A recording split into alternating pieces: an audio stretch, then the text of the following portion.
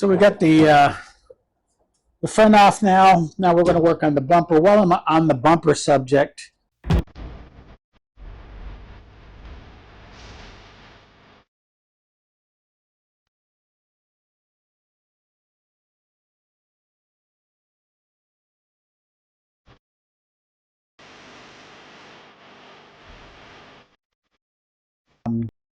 starting here is I cut 2 notches on the edges and it just slid right back into place.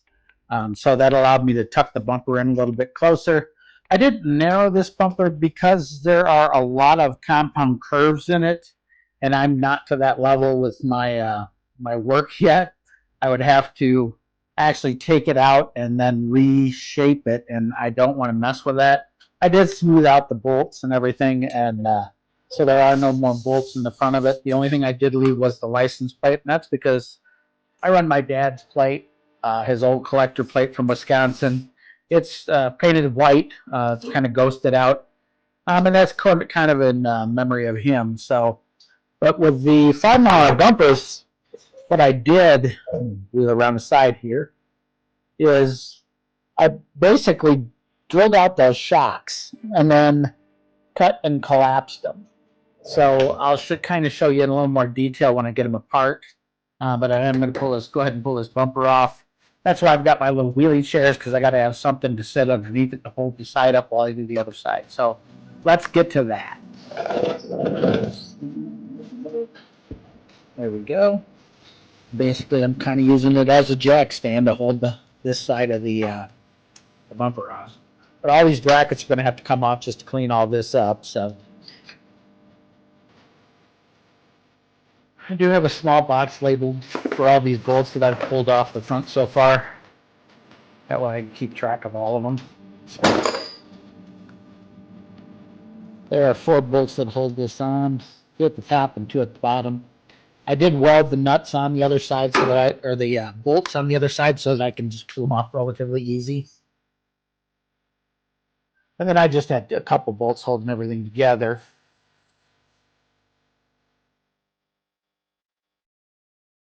And we also have 2 large bolts going this direction.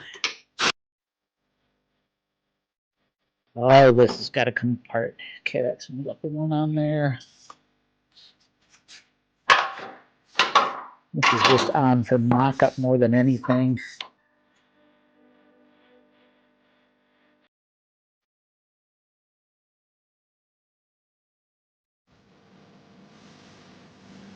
Basically, the only thing holding this here is some of the bolts. So.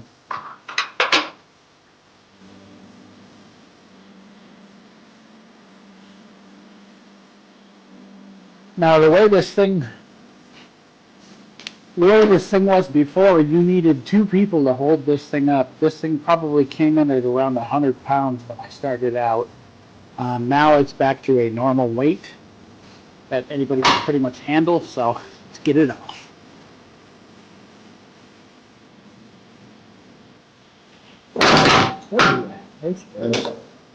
Coming off.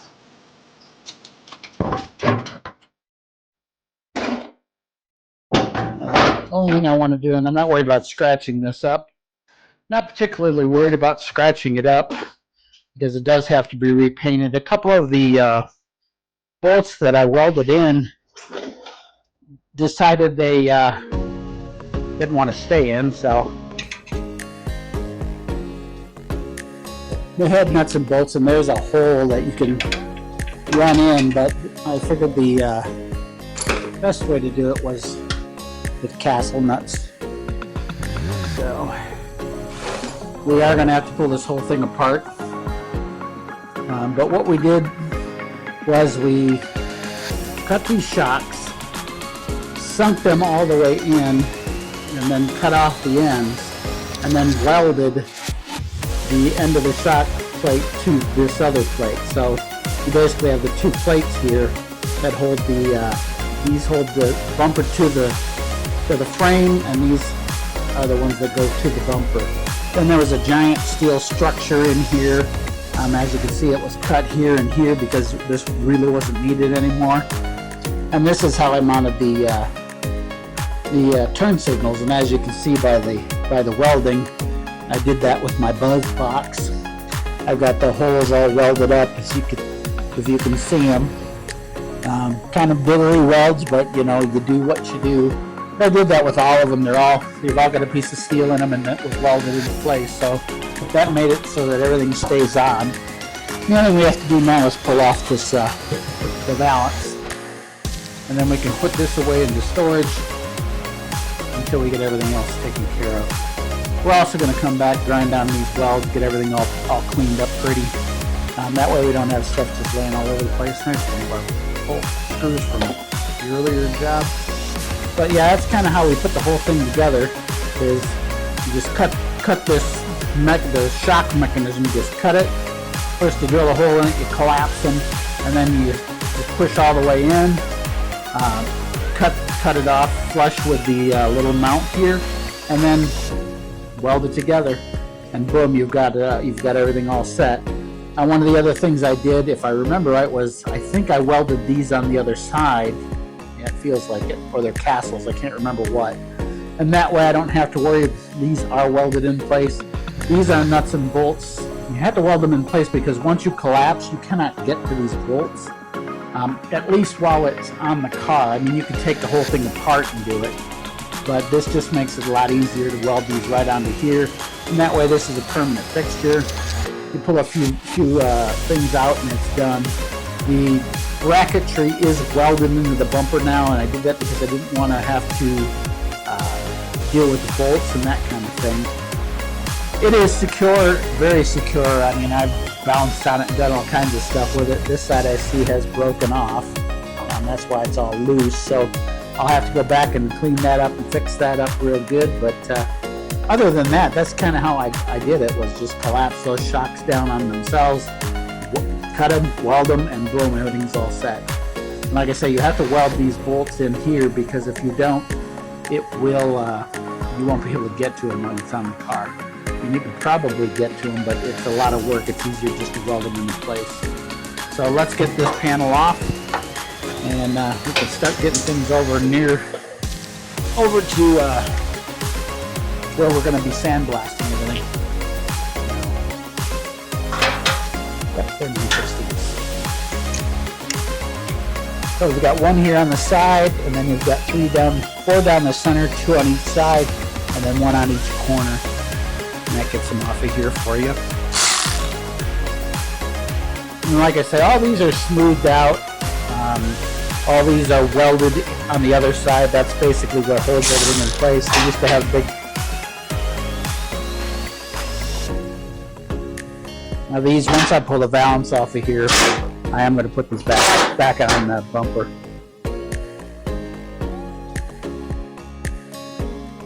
And kind of like I was saying before, this I was more of an experimentation on paint color than anything. There's a lot of pearl in it. I do not like it. It needs to come off, or come out, or what have you. That panel removed. Then there's a set of bolts up at the top. This one on the corner and this one both hold this bracket in place. Like I said, I welded the bottom of it because I didn't want to have to deal with those bolts, but hindsight being 20/20, I may bolt those in. The problem was, if you weld all of these bolts, including the bottom ones, and to smooth them out, undoing these will not get this one out. So you don't have a choice but to weld down here at the bottom. And like I say, I'll come through, I'll clean this up, definitely, because the welds I did with my buzz box, and they're substandard at best. But the way I did the turn signals down in the bumper was, I got a 1970, no it wasn't, it was a, I had these 2 plates laser cut, and they've got the logo in them, which I may end up changing, I don't know, I haven't decided yet. And so when the lights flashes through the logo, these are the brackets that came in a 70 bumper, and they're bolted in place, so you can remove these brackets and everything. It isn't like permanently mounted. As you can see, they're just kind of tighten there with these two castle nuts. Or no, lock nuts. They're the plastic lock nuts. And on this side, it looks like it had shifted, and that may be why this broke. I don't think I ever bumped it into anything, but you never know. Well, as you can see, I cut everything off of here. This used to be a whole skeleton. I said you couldn't take this bumper off without having two people. Okay, to kind of give you the rundown on the bumper. It's all been smooth. As you can see, there are no bumper bolts. This is all done by gas welding. The MIG welder, I welded all over the, like I said, these are welded in place and then smoothed out, of course. This one I took my time with because you can see it. The other side, you can tell we did this with a buzz box. And those of you who are wondering, how do I tighten the bumper on my 74? Here's how you do it. If you look at this mechanism, this was the shock mechanism, and the shock sat about up to here, you know, probably 4 inches out, so it's set up here, and this was 4 inches away from this plate. These two plates were separated. So what I did was I pulled the shock off, drilled a hole in it, drained the fluid, and make sure you've got it pointed in a container because it will squirt out. And then I collapsed the whole thing, cut it off, and welded it. So this is welded to this plate now, which is its original plate. So everything's all welded tight on this, and then this, all these bolts that you see are welded onto these plates. And that's so that we could collapse this and not have to worry about being able to tighten these bolts. You can pull all these bolts apart. This is all one piece now. All 8 of these bolts is all one piece. You can pull this piece off by removing these 4, and you can pull the bumper by pulling these 2, and the whole bumper will come off. The structure itself, I cut here because it had a piece of steel that came up along here on the edge, so it ran from here. It was almost flush with the bumper, if I remember. And so I've cut this section out here, and I cut this whole section out going across the whole bumper because this was all steel structure, because government mandates said, hey, this has got to be a safety feature. And then these they had shocks, and what happened was when the car got hit at anything under 5 miles an hour, these would suck in and then bounce back. The problem with it was they put the bumpers way out in front of the car. So basically, you know, collapsing that shock and then cutting and welding the edge made this all one piece. So the shock was originally part of this part, and then this mechanism slid back and forth out on the outside of the shock itself, the shock assembly. So lopping that off, welding that to that, welding in the bolts basically made this. And then on the structure itself, you have to weld these two. You could probably get away with something here, but you know, like I said, these are my booger welds. So back in the day when I was learning how to weld, this is what it's going to look like, and it was strong enough on this side. These are going to be ground off and redone. They have to be, and we're going to put some weld inside on this bumper. The painted bumper was playing with colors. I don't like it. There's too much pearl in it. So that's going to change. This will end up getting sandblasted and redone again. Mainly because one of the bolts over here on the side sucked in when I was tightening it. And you can feel the little groove where it didn't come through. We'll go ahead and weld that back up and smooth it flat again. But cutting this structure out of this bumper probably removed 100 pounds. It took 2 of us to lift this bumper off when we originally took it off because it was so heavy. This is my practice welding. This is the first thing I ever did when I was welding, and that's why the welds don't look wonderful. But that's when I was doing the using the $50 buzz box that I owned. So we'll clean up the welds and everything to make it all pretty. Like I said, this was more mock-up than anything. These bolts stay in place. They do hold the bracket, and then the welds on the bottom hold the bracket to the bottom. The reason I didn't weld these bolts and leave the bolts in is because of the angles here. These are poking out, and and these are poking up. So if you were to weld in place here, you would never be able to lift it, at least easily, and remove the assembly. I will play with it a little bit. Maybe I could slot this side or something. This one's already slotted, and that allows the movement back and forth so that it can tighten to this side. But definitely cutting all this weight out, cut a bunch of weight off the car. Between this, the fiberglass bumper, or the fiberglass assembly, I think we estimated between about 300 to 400 pounds off the front of the car. So it definitely lightened it up a lot. And because of that, the whole car is 4 inches higher than it needs to be.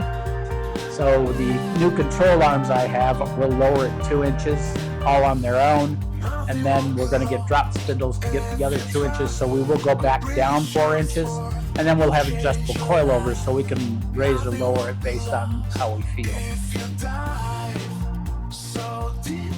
Up of what's been done here. This is the shock. This mounts to your bumper in your 74, 70, 73, anything with a 5-mile-an-hour bumper. And then when it gets hit, this whole thing presses into the shock. There's a shock absorber, as you can see here. It's a pretty good piece of steel. There's a couple things you can do. You can go through and cut all that apart and weld all of it together. But basically, to mount it to the bumper, it uses or to the car itself, to the frame, it uses these bolts up here, and then these mount into the bumper itself. When you do this and you collapse it and you weld this shut, basically it's every edge I got in there with the welder and welded as much as I could. It basically makes this one piece. So when it's mounted, you can't get to these bolts. Well, you could, but you'll play hell. So weld these bolts, also the ones that go to these mounting holes, and that way you don't have to worry about them spinning when you're taking them out. You could use a castle and weld it or what have you, but it's easier just to weld that bolt in place, and that way you know it isn't going anywhere.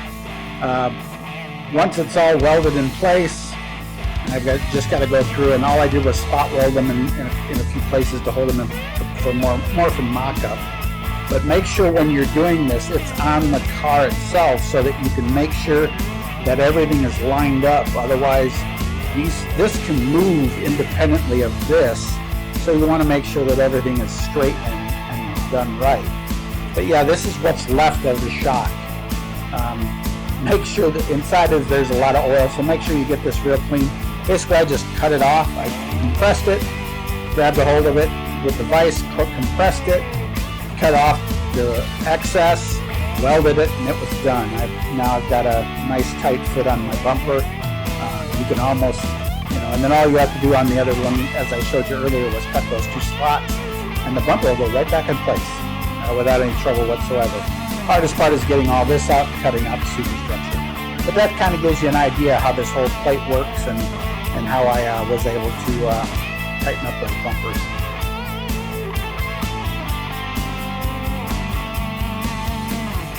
So we got our repurposed.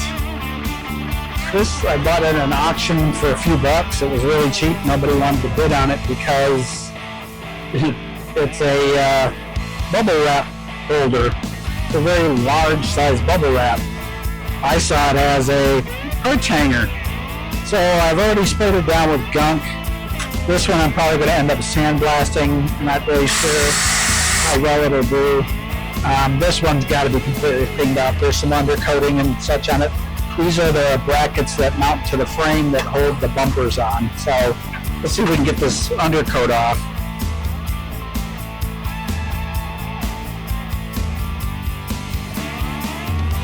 I'm just using this wire wheel because I don't want to pull the paint off of it yet. These will end up going back to black just like the frame.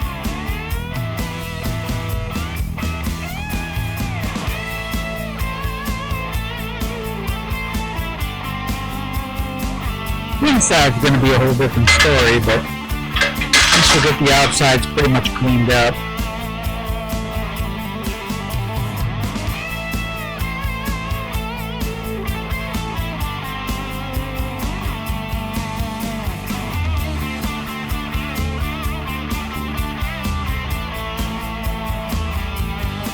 Well, I thought I did a bad job welding. Somebody there, look at all the spots. Yeah, this has been welded before. If this one has. Yep, this one has too. So evidently they weld this part. They fold it all and then weld it together. And if you look where they bent it, it looks like they broke it. So I wonder if this has been hit before in the front.